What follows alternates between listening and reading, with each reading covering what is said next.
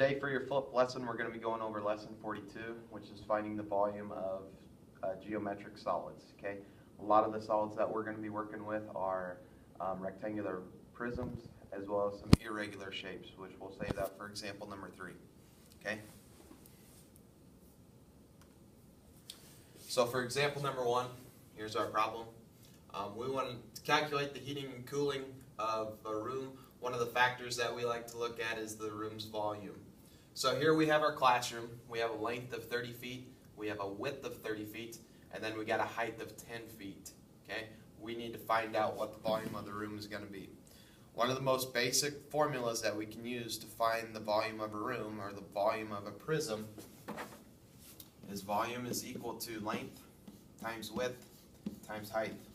Now I know Mr. Emery taught you this in Math 7. This is our most common formula that we can use, okay? 1 dimension, 2 dimension, 3 dimensions. And remember, for geometric solids, we typically have 3 dimensions. So we need to identify what the length is, we need to identify the width, and we need to identify the height. And it's really that simple. The length of this particular room, as they tell us, is 30. The width is 30, and the height is 10.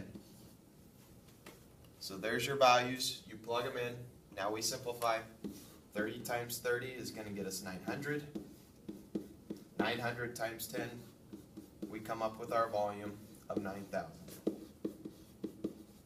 And because we're finding volume, it needs to be in our cubic units, feet cubed. Okay, once again, this is our most basic formula. Volume is equal to length times width times height. Hopefully you'll have that memorized in your sleep.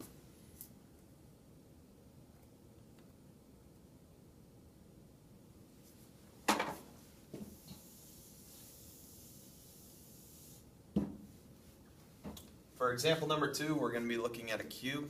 Okay, it tells us that it's going to be a 2-foot cubed on each side. And we're just going to find the volume. They want you to find 57 pounds per cubic foot. We're just going to find the volume, and then you can finish the problem from there. So if we take a look at this cube, once again, a cube, all the dimensions are going to be the same. The length is going to be 2, the width is 2, and then the height is 2. So using our formula again, okay, volume is equal to length times width times height. Therefore the volume is going to be equal to 2 times 2 times 2. 4 times 2 will get us our 8 feet cubed. Okay? Notice if you look in the book, they tell you to use this formula. V is equal to the side cubed. You can most definitely use that formula as well. Okay? We can use this for a cube because notice all of our side lengths are the same, 2, 2, and 2. Okay? So really all we're doing is taking 2 times itself 3 times. That's exactly what we did in this formula. And once again, if you were to use this one, we plug in that side length, which is 2.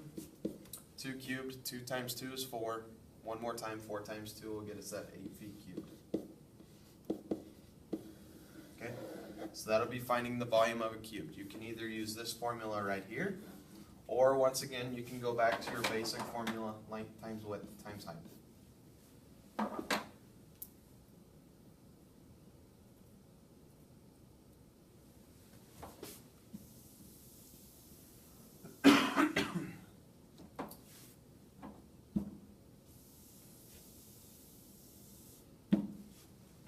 Last example we'll be looking at is example number 3. Notice we have a composite solid right here. This is an irregular shape. It's not a rectangular prism, but instead it's going to be a combination of 2 rectangular prisms. Okay? They give us a bunch of dimensions. This front part is 12, 12, 15, 20, and it looks like our height is going to be 10. Okay? They want us to find the volume of this building. A couple of ways we can go about it. Okay? The formula that you can use for any given prism is volume is equal to big B times height. So let me copy this down. Volume is equal to that big B times height. Before we were using the fact that length times width times height is what we used before. While this one is perfectly fine, understand we can also use this guy. Now we need to establish what big B represents. Big B, for your notes, always stands for the area of the base. So we need need to start by finding the area of the base. If you look at the top view of this prism or this irregular shape, okay, notice here 12 and 15, that's where they're coming up with their 27. This length of 20 is this length over here. 15 is in front, 12 is in front, so 15, 12, and 12. So what they did to start this problem is they looked at the top view and they say, hey, this shape right here is my base of my building. And what I need to do is I need to start by finding the area of that shape. So what they did was broke it into two figures that we already know. We have the top rectangle followed by the bottom rectangle.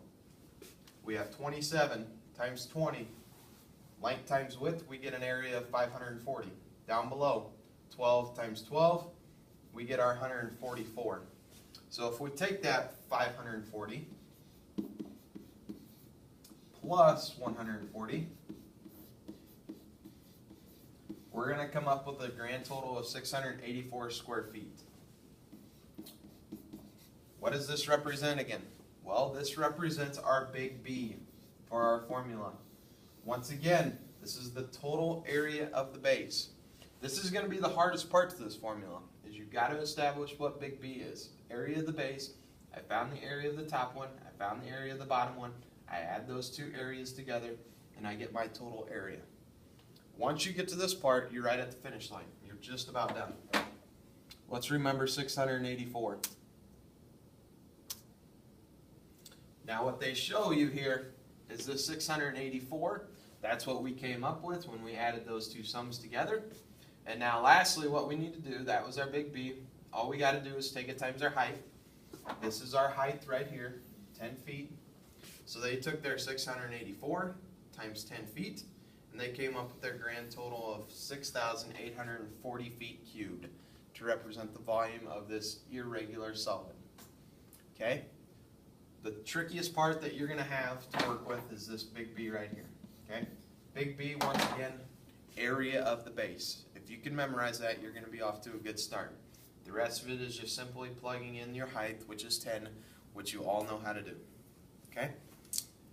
Before you get into the homework, I'd like you to try a couple of problems from the practice set. I want you to try problems A, and then I also want you to try problem E. Notice E, once again, is an irregular shape. You're going to have to break it down, identify what your base looks like from a top view, find those two areas, add them together, and then take whatever the area of the base is times the height. Okay? Refer back to example number 3 if you need more help. So once again, problems A and E from the practice set. If you have additional questions, we will go over those when I get back. Okay? Good luck.